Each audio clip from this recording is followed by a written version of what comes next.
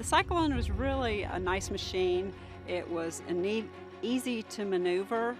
I felt very safe because when I was using it, I could just let go of the lever and it would automatically stop. It went through weeds that were 2 feet high with no problem at all, and it took no effort from me because it was self-propelled.